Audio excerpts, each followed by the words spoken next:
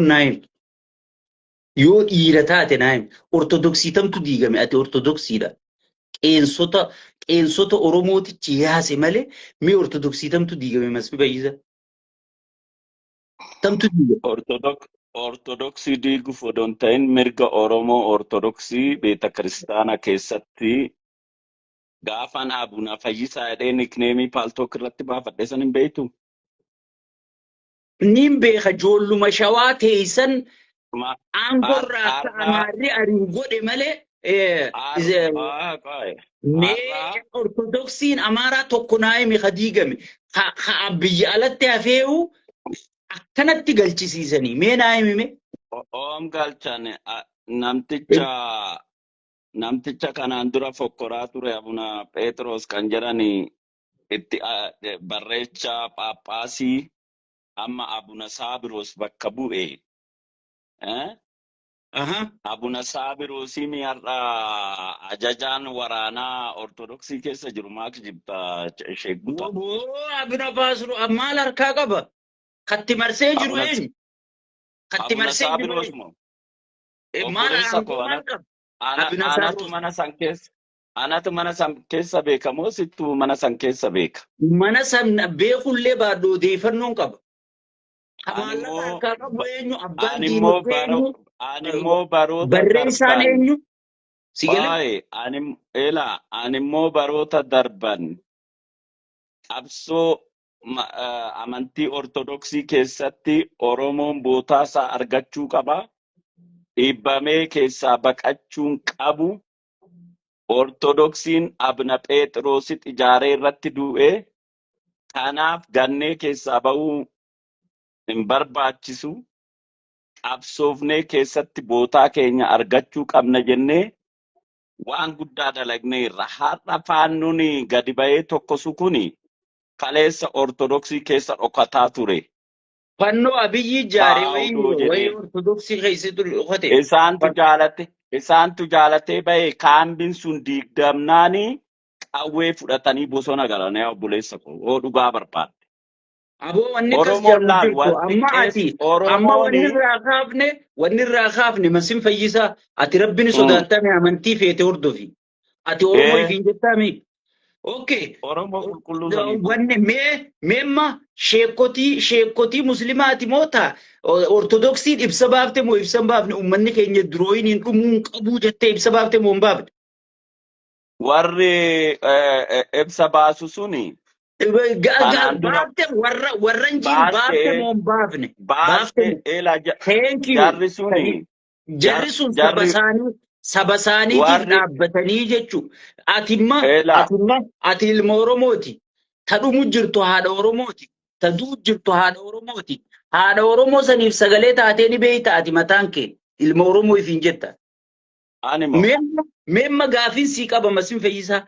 Rabbi sodaattee naa dhibeefta. Dhageeffadhu. Mootummaan kun ni kutaa beekadhu. Seenaan teen kuttuu beekadhu. Sigalee mootummeetiin fedhe ni kuta. Akka arraa kanaa miti dubbiin ni jijjiiramtiisi. Faarsee bulaan Amaaraa takkaa uummata isaanii haa dhumuu jedhanii duran dhaabbanne. Isin maaliif warri afaan Amaaraa dubbatu Oromoo dubbatu kun maaliif haa dhumuu uummanni haa dhumuu baga dhumee shaneedhaa baga fixanii jettanii maaliif uummata keessanirra sagalee taatan? Wal beeynaami. Wal beeyna sirri wal beeyna. Ansi caalaan paartii kana deeggaruun ture. Ana dura kan dibbeeru kutaa ture isinimi eenyu faarsee bulaa isin gadhaabne ka dhiirattiin gadhaabe waa takka namichi kijibaa wadala wasaka ta'uu garraan biraa deemne nuti. Isin wasaka san deemtanii corachuu maali sammuu Sheek Butaatiin mootummaa deeggarras mootummaa jibbinas gaafa ati dibbeeru kutte rikkiidha. Gaafa ati dibbeeru kutuu dhiiste dogongora. Waan inni irra rukuteen qaba waan inni irra rukute lafa kaayi. Ani waan inni irra rukutee irratti rukunnuuf qabna kaa. Mee maali naayimi. Ani siifinima waan inni irra rukutee siifinima waan inni irra garagalee siifinima. Ati waan irratti marukuttuuf naayimi. Naa dhaggeeffadhu kaa. Ayyee. Waan ana irratti rukutuufi. Kalee qabsoon nuti goone uummanni Oromoo tuulamaa lafa isaatirraa buqqa'ee aadaan isaa badee eenyummaa isaa irraaffatee akka saba Israa'el Oromiyaa keessa bittinnaa'ee uummata bade. Uummanni kun aadaa isaa lafa abbaa isaati irratti calaqqisiisee eenyummaa isaa agarsiisuu qaba jennee qabsoofne. Mee uummatarraa dhumaatii dhaabuu dura moo aadaa shinooyyee jaanii ijoollee kaadiree kaabinee ijoollee akka keetii fa'aa fira keefaa waliin qabanii dhiichisiisuutu aadaa shawaa deebisuudha. Uummanni shawaa arraba barandarraa ka sadaqaa kadhatu jiru eenyu? Garba gurraacha keessatti kamii jira? Aamboo keessa uummanni kamii jira? Kaadireef kaabineeta kana dhaabii jalaa aamboo aadaa ifiifuu gaafa wayyaanee wayyoo qabduutu bade malee aadaa tamtu tole boo rabbilleen sodaattu. Ilaal na dhagaye kaayee sheekuuta. No tan akkamittiin si dhagaa? Akkamittiin si dhagaa? Keessummaa mana keetitti naaf feertee ofuma keetii haasa'attaare hawaasni isaa dhaga'u dhugaa jiru. Dhugaa jiru kaanii Qoykaa hoo dhugaa qabaatte uummanni dhugaa kee dhagaa. Hoo dhugaan qabaatiin dhugaa kiyya dhagaa uummata nuti murteessaami. Uummataan murteessee? Na dhagaye. Gaafiin nan si gaafadhe aadamu nageenyaa duraan si gaafachuu jira. Na dhagaye. Ati bara wayyaanee aangorra jirtus Finfinnee tana nan beekaa keessuman jiraachaa ture. Bara jijjiiramni kun dhufus amma ji'aan dhufa baala gizee fi faarsee bulaa ta'ee too. Wanni qabsaa'ee fi gannata galuuf odoon ta'in Finfinnee galuuf yan. Magaalaa Finfinnee keessatti ijoolleen Oromoo mattaawaqaa isaaniitirraa maqaa jijjiirataniiti mootummaa federaalaa keessatti qaxaramaa turan ijoolleen Oromoo.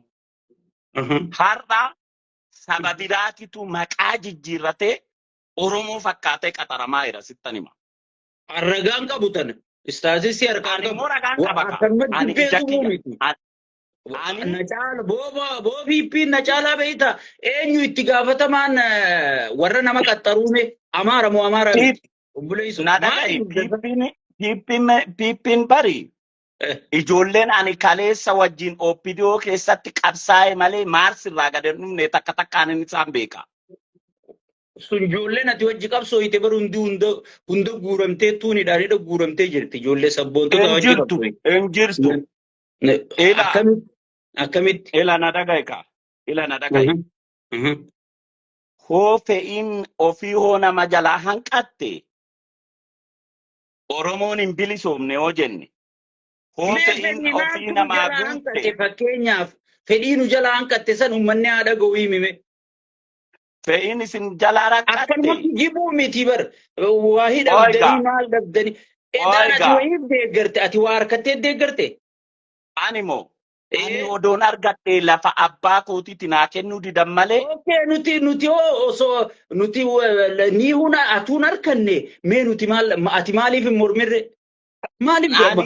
Mastillaal waan bishaan hin kaafne tana waan bishaan hin kaafne tana naaseen waan uummata haasa'e itti haasoytu waan uummata.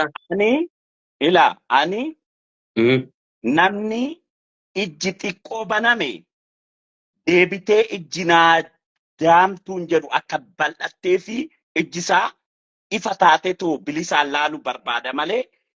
Ati immoo uummata maa jiru kanarra deebi. Masin Fayyisaa waan harkanneef waan dhabne. Gaafiin sii qaba. Gaafiin sii qaba. Finfinneen magaalaa guddoo Oromootii jennee qabsooyne moo qabsooyne Masin Fayyisaa? Qabsooyne moo qabsooyne? Thank you. Afaan Oromoo afaan federaalaa haa ta'an jennee qabsooyne moo qabsooyne? Dhugaadha. Daangaan Oromiyaa haa kabajamu jennee qabsooyne moo qabsooyne? Dhugaadha. Oromoon biyya firratti abbaa haa ta'u qabeenya fi haa bulchu jennee qabsooyne moo qabsooyne? Dhugaadha.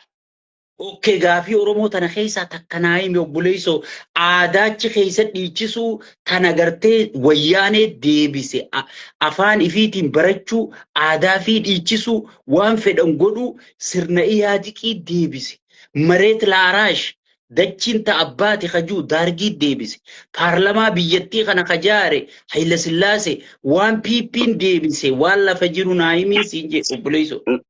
Na gaafattee miti. Hayyee. Uummanni dhaggeeffatu. Hayyee. Tokko jedhe. Goobee fi Shanooyyee kuni bara wayyaaneen jirtu hin turre erga Abiyyi aangoo irratti bahee ijoolleen Shanooyyee fi Goobee aadaa isaanii kan badde lafa Finfinnee irratti sirbuu calqaban kuni deebii isa calqabaati. Shanooyyee hangaafii Oromoo keessa Shanooyyee takkaan dhageenye aadaan Oromoo walii qabatti deebite. Aadaa Oromoo keessa hin jirtu Shanooyyeen. Na dhaga'i. Shanooyyeen Aadaa Oromoo keessa hin jirtu. Ani sittan hima. Shanooyyeen ani gaafa uummanni Tuulamaa buheerraa kaasee aga masqalaa horii galchineeti halkan mana ormaatirra deemnee sirbaa guddanne nuti.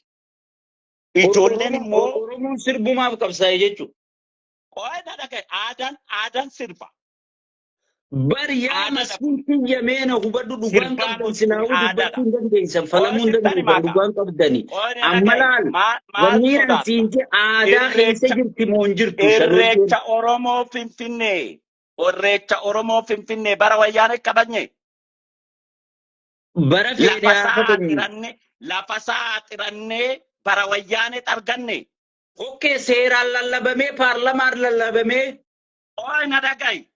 Seeraan lallabamee seeraan Oromoon Finfinnee keessa kabajachuu kabajee seeraan nu lallaba osoo ilma keenya ta'e seeraan nu lallabee paarlamaan Itoophiyaa guyyaa irreechaati jee kalaandara cufee. Seerri mataa isaa qaba. Oromoon diktaataraa miti saba biraati irratti mirga ofii mo'adhe jedhee irratti hin fe'u. Sabaaf sablammoota wajjin nan jiraadha jedhee uummanni amanu tokko seera biyyattii keessatti akkamitti Oromoon mirga isaa seeraan gulaaleetoo achi keessatti mirkaneeffataan hojii barbaachisa. Abiyyi Oromoo waan ta'eef aangorra waan ta'eef kana godhaa jedhee saba biraati irratti dirqamaan hin murteessu. Mariifachuu qaba, barsiisuu qaba, sammuudhaan jijjiirsisuu qaba. Saniin boodee saba sallamnoonni biyya kana keessa jira waliin bullu Oromoon mirgoota kana kun mirga haqa isaaniiti. Kanaaf dhugaadhaa itti amannee seeranaa mirkanaa'uuf jedhee harka nu baasee akka nu deeggaru goona malee aangoo qabna Oromoodhaa namtichi biraa ministeeriin biyya bulchu jennee dirqamaan seeraan ala seera cabsinee Oromoodhaa mirga namni mirga ofiitii qabsaa'e mirgoota namaatis eeguu qaba. Warroonni har'aa Abiyyi isin Masiin Fayyisaa ayyaana guddaa uummanni miliyoonni 50-60 ol uummanni Oromoo hordofu kana seeraan lallabuun mirga namaa dhiibuudha yaa Masfin. Gizee qaba kaa. Finfinnettuu kabajan jetteemi. Bara wayyaaneen jiru Finfinnettuu kabajanii jetta.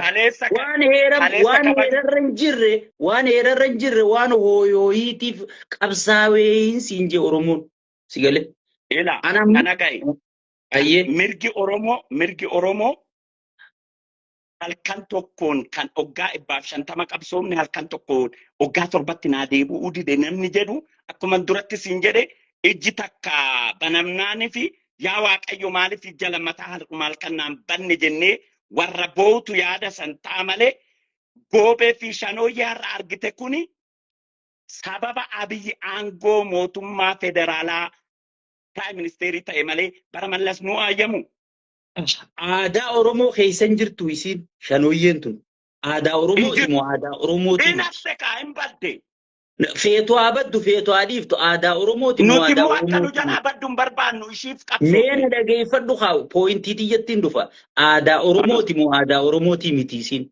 Aadaa Oromooti. Thank you. Aadaa sabaa sablammootaa keessatti yaadig deebii kennee jira jechuudha. Shanooyyeenis walumaan yaadiqii deebii kennee jirti.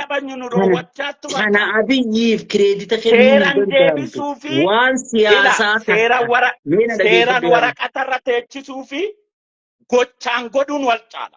Seera waraqatarra naa teechisuun anaaf bu'aa hin qabu. Foon gochaan ittiin waan san itti mirkaneeffatu